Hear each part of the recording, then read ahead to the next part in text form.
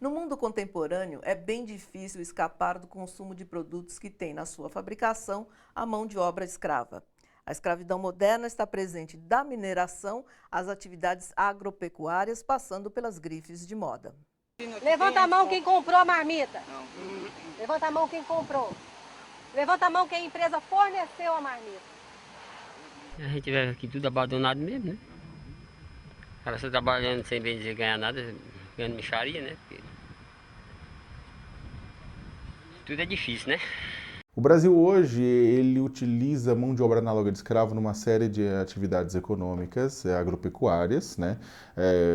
Cana, algodão, soja, erva mate, frutas, tomate, madeira, pecuária bovina, outros tipos de pecuária, extrativismo mineral.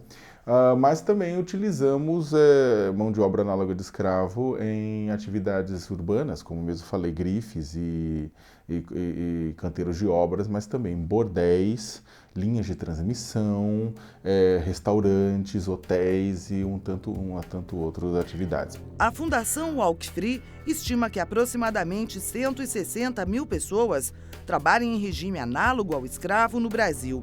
A estatística global salta para quase 50 milhões de indivíduos. São homens e mulheres submetidos a jornadas desumanas, em condições indignas e salário bem abaixo do considerado mínimo em cada país. E todos nós estamos, de alguma maneira, acorrentados no sistema de escravidão moderna.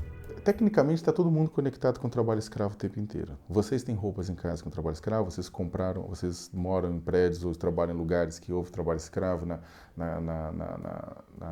produção do lugar. Cacau na África com trabalho escravo. Roupa em Bangladesh com trabalho escravo, né?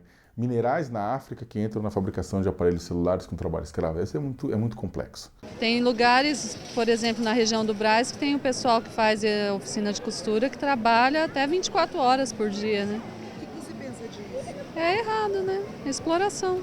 No combate ao trabalho escravo, a ONG Repórter Brasil lançou o aplicativo Moda Livre, que pode ser baixado de graça.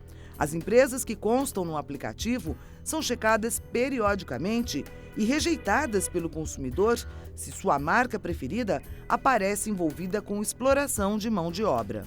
Há muitas empresas hoje, empresas grandes, empresas pequenas e médias, que já atuam nas cadeias porque perceberam que ter trabalho escravo na cadeia de valor significa risco econômico e prejuízo. Então, essa é a palavra. Se trabalho escravo traz lucro, vamos garantir coletivamente prejuízo a quem se utilizar dessa forma de exploração.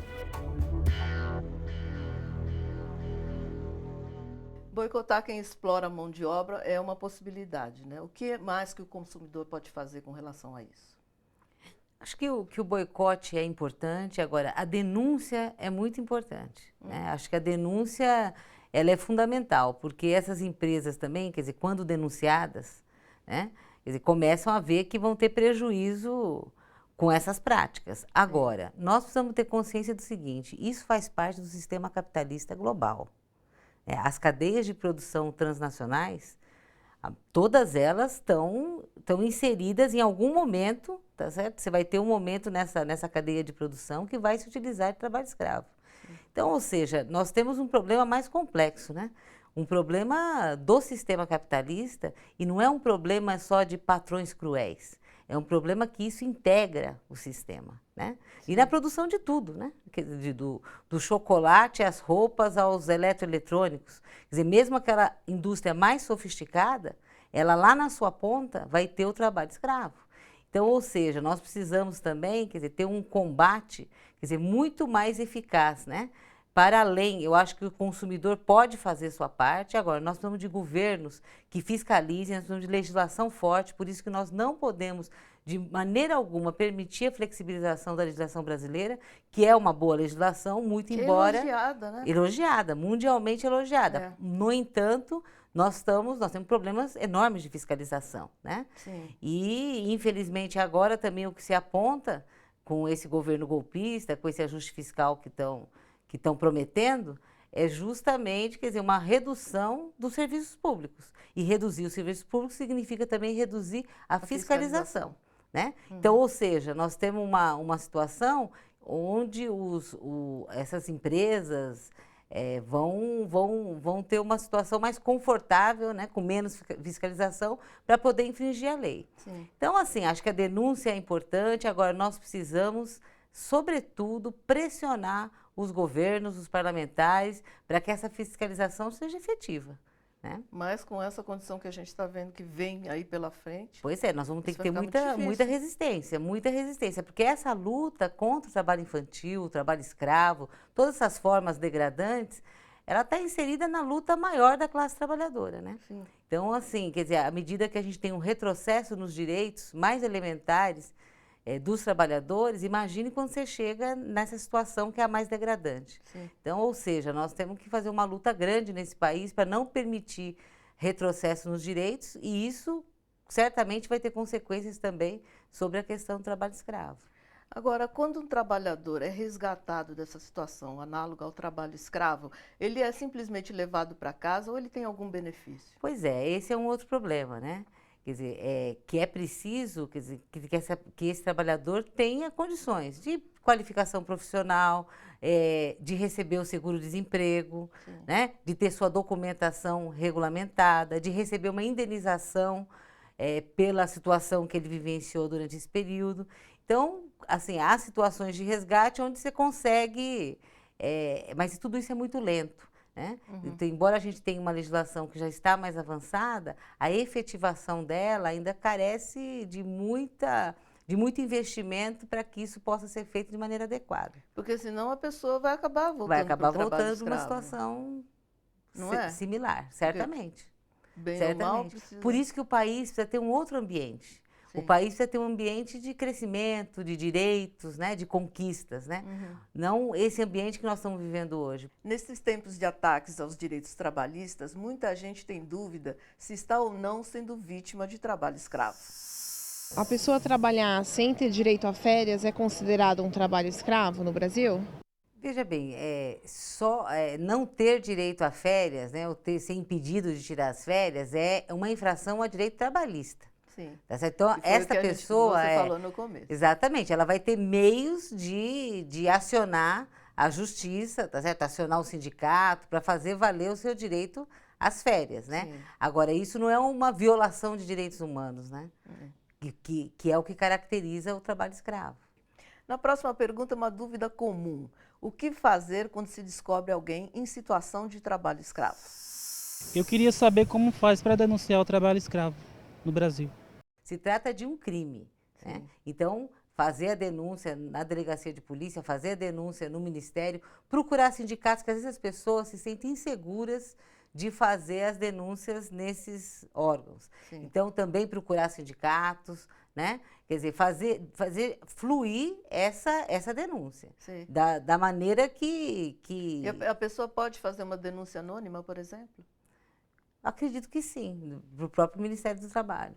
Porque é possível, né? Sim, Denunciar é violência possível, anonimamente, né? É possível.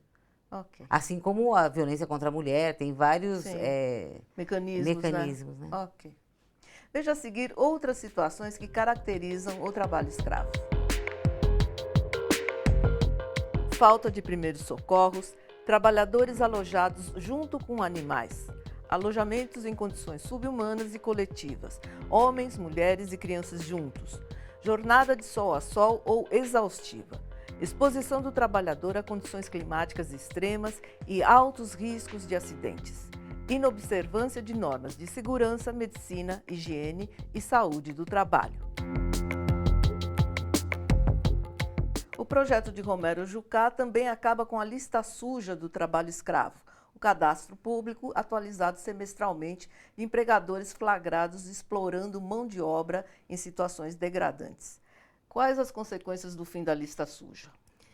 O fim da lista suja é uma das maiores reivindicações desses empresários e desses ruralistas, né? Porque, inclusive, a lista suja, por força de uma ação movida por empreiteiros de São Paulo, ela foi impedida de ser publicizada.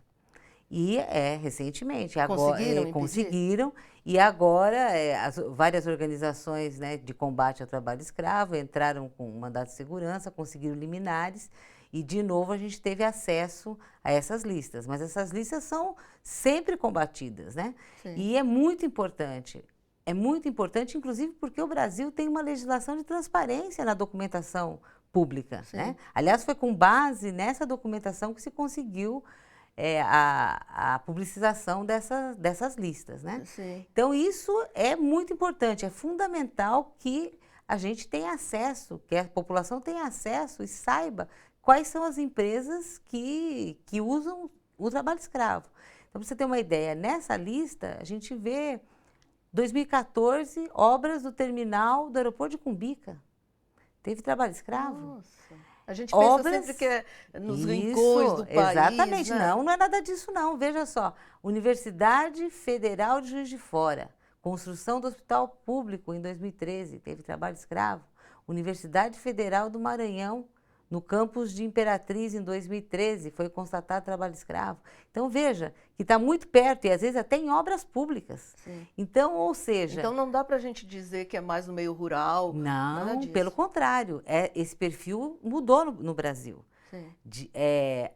Esse ano passado mesmo, 60%, mais ou menos 60%, do que se conseguiu autuar de trabalho escravo foi em zona urbana, não em zona rural. A construção civil hoje é onde mais tem utilização de trabalho escravo.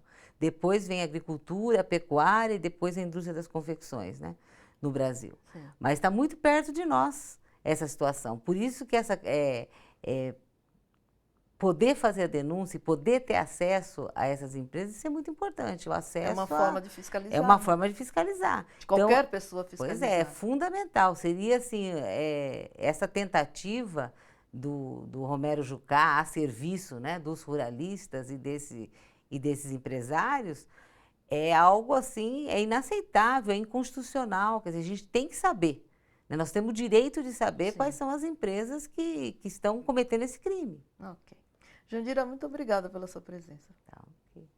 Visite o nosso site. Lá você pode rever o programa, assistir a edições passadas e acompanhar toda a programação da TVT. Anote aí, tvt.org.br. A OIT, Organização Internacional do Trabalho, colheu depoimentos de trabalhadores resgatados. Veja o que eles dizem. De primeiro, a escravidão era quando trabalhava apanhando. Hoje é quando trabalha humilhado. A escravidão não é só ficar preso numa fazenda, é humilhar a pessoa no serviço e não pagar, ter o de comer ruim, trabalhar demais. É ser humilhado, receber grito direto, ser tratado que nem cachorro. É quando a gente não se sente como humano. Não há indicador econômico que justifique esse tratamento. É preciso acabar de uma vez com a mentalidade e o comportamento escravocrata que ainda subsistem no nosso país. O Bom para Todos fica por aqui. Até a próxima.